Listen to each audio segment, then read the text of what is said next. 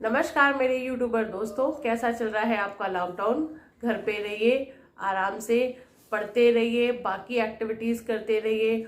और जैसा कि हम लोगों ने पिछली बार के वीडियोस में कंजंक्शन के बारे में जानना था और किस तरीके से हम कंजंक्शन को ऐड करते हैं वाक्यों में, वो हम लोगों ने पढ़ा था। उसी कंजंक्शन के वीडियोस को आगे भी शेयर करूंगी मैं, और साथ ही साथ कैसे सेंटेंसेस को क्रिएट किया जाता है वो भी बताऊंगी। तो लास्ट टाइम हम लोगों ने जो पढ़ा था वो जोड़ बताने वाला था और वैकल्पिक था। तो अब मैंने आपसे कहा था कि जब कभी भी क्वेश्चंस करिएगा, एक बार चेक जरूर करिएगा कि एग्जैक्टली वो क्वेश्चन आपसे क्या कहना चाहता है। आज हम लोग उसी के आगे के सेंटेंसेस की बात करते हैं, और आज हम जिसकी बात करते हैं वो पहला कंजंक्शन, उद्देश्य बताने वाला। आज सेंटेंस पढ़िए। तो हम लोग जैसे कोरोना की बात करते हैं, तो हम लोग यहाँ पर घर पर क्यों हैं, इस उद्देश्य से, ताकि हम लोग इस महामारी को पार पा सके।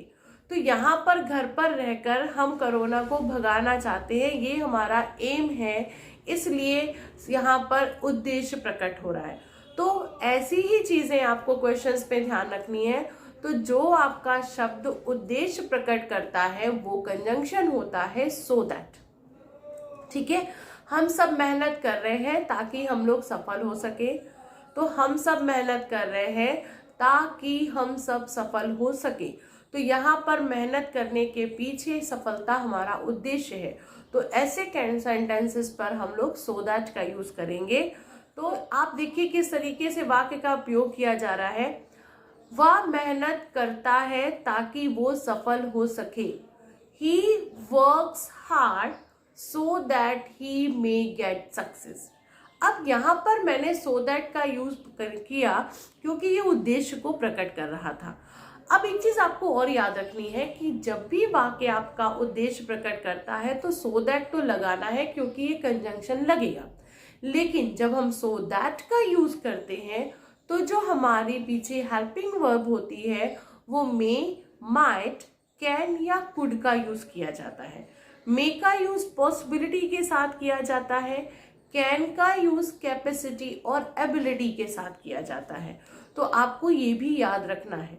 ठीक है, जब कभी भी सो दैट लगाएंगे, अगर पीछे हेल्पिंग वर्ब यूज हो रही है तो वहां पर मे, माइट, कैन या कुड का यूज करेंगे और सेंटेंस को कंप्लीट कर देंगे।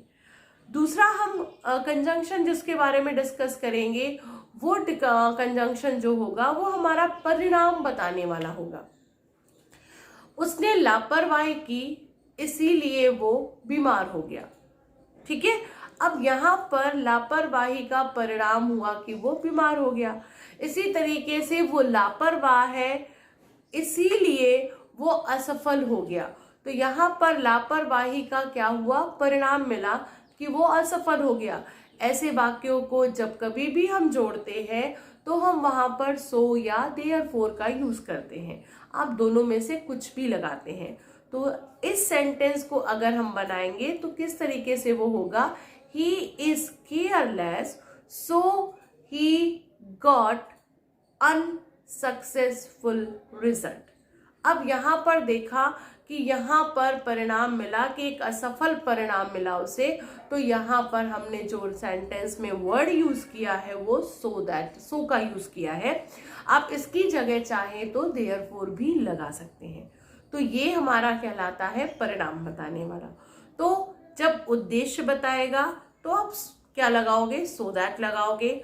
जब सो दैट लगा दोगे तो हेल्पिंग वर्ब लगाओगे मे, माइट, कैन या कुड। और जब आपको परिणाम बताएगा तो परिणाम बताने के लिए जो कंजंक्शन यूज किया जाएगा वो सो भी हो सकता है और देयरफॉर भी हो सकता है, इसमें कोई डिफरेंस नहीं है। नेक्स्ट हम जिसकी बात करते हैं वो है कारण बताने वाला। अब कारण बताने वाला वाक्य देखिए कैसे, आज वो ऑफिस नहीं आया क्योंकि वो बीमार है।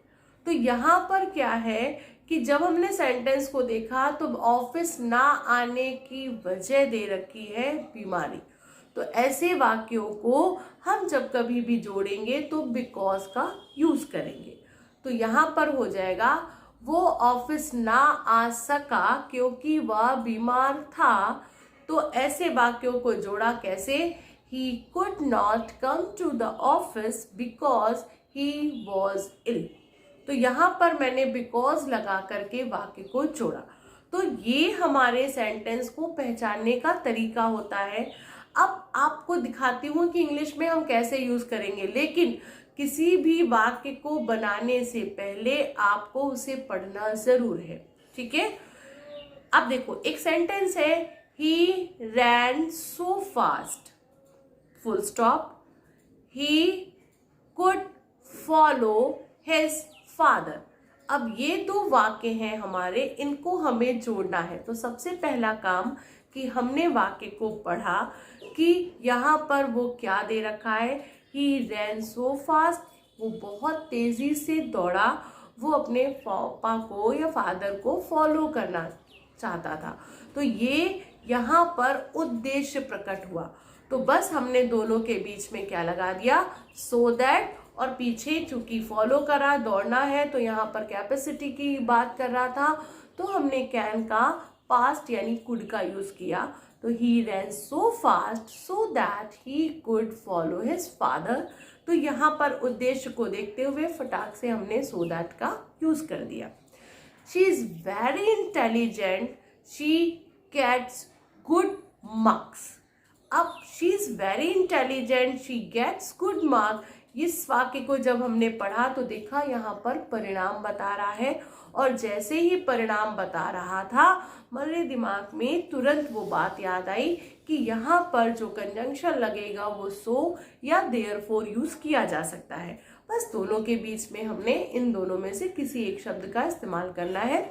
तो she is intelligent, so she gets good marks. तो यहाँ पर क्या हुआ, हमने तुरंत ही सो को यूज कर लिया। आप चाहो तो देयरफॉर भी लगा सकते हो, ठीक है। The boy was naughty so he was punished. आ गया, लड़का शरारती था इसीलिए उसको क्या किया गया, दंडित किया गया। तुरंत हमने सो को लगा करके सेंटेंस को कंप्लीट किया, ठीक है। You are not eligible dash, एक सेंटेंस जोड़ना है, उसके बाद लिखा है you are not eligible dash, you are under age. अब यहाँ पर दो वाक्य मिले, तो यहाँ पर एलिजिबल ना होने की वजह दे रखी है, और वजह मतलब क्या हुआ, कारण, और कारण है तो हमने वहां पर क्या लगा देना है, बिकॉज। तो you are not eligible because you are under age, और इस तरीके से हमने वाक्य को जोड़ लिया।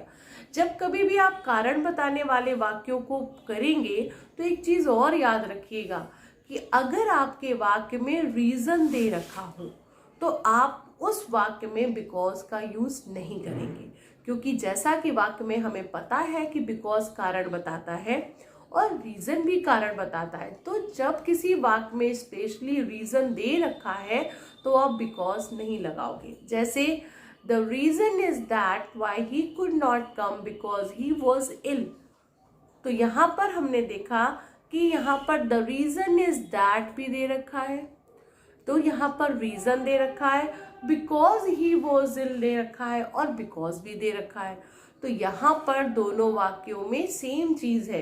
तो जिस वाक्य में रीजन लग सकता है उसमें बिकॉज का यूज नहीं किया जाता। तो यहाँ से आपको बिकॉज को हटा देना होगा। तो ये सारी चीजें आपको अपने कोर्सेज में, अपने सेंटेंसेस में याद रखने हैं। एग्जैक्टली वाक्य हमसे क्या कह रहा है उसी तरीके से कंजंक्शन का यूज करना है। आप इस तरीके से प्रैक्टिस करते रहिए, घर पर रहिए, सुरक्षित रहिए और कंजंक्शन के एक्सरसाइज को सॉल्व करते रहिए। नेक्स्ट वीडियो में आपका जो कंजंक्शन है वो पूरी तरीके से खत्म हो जाएगा। Stay safe, be happy and please lockdown का पालन करते रहिए। जय हिंद, जय भारत।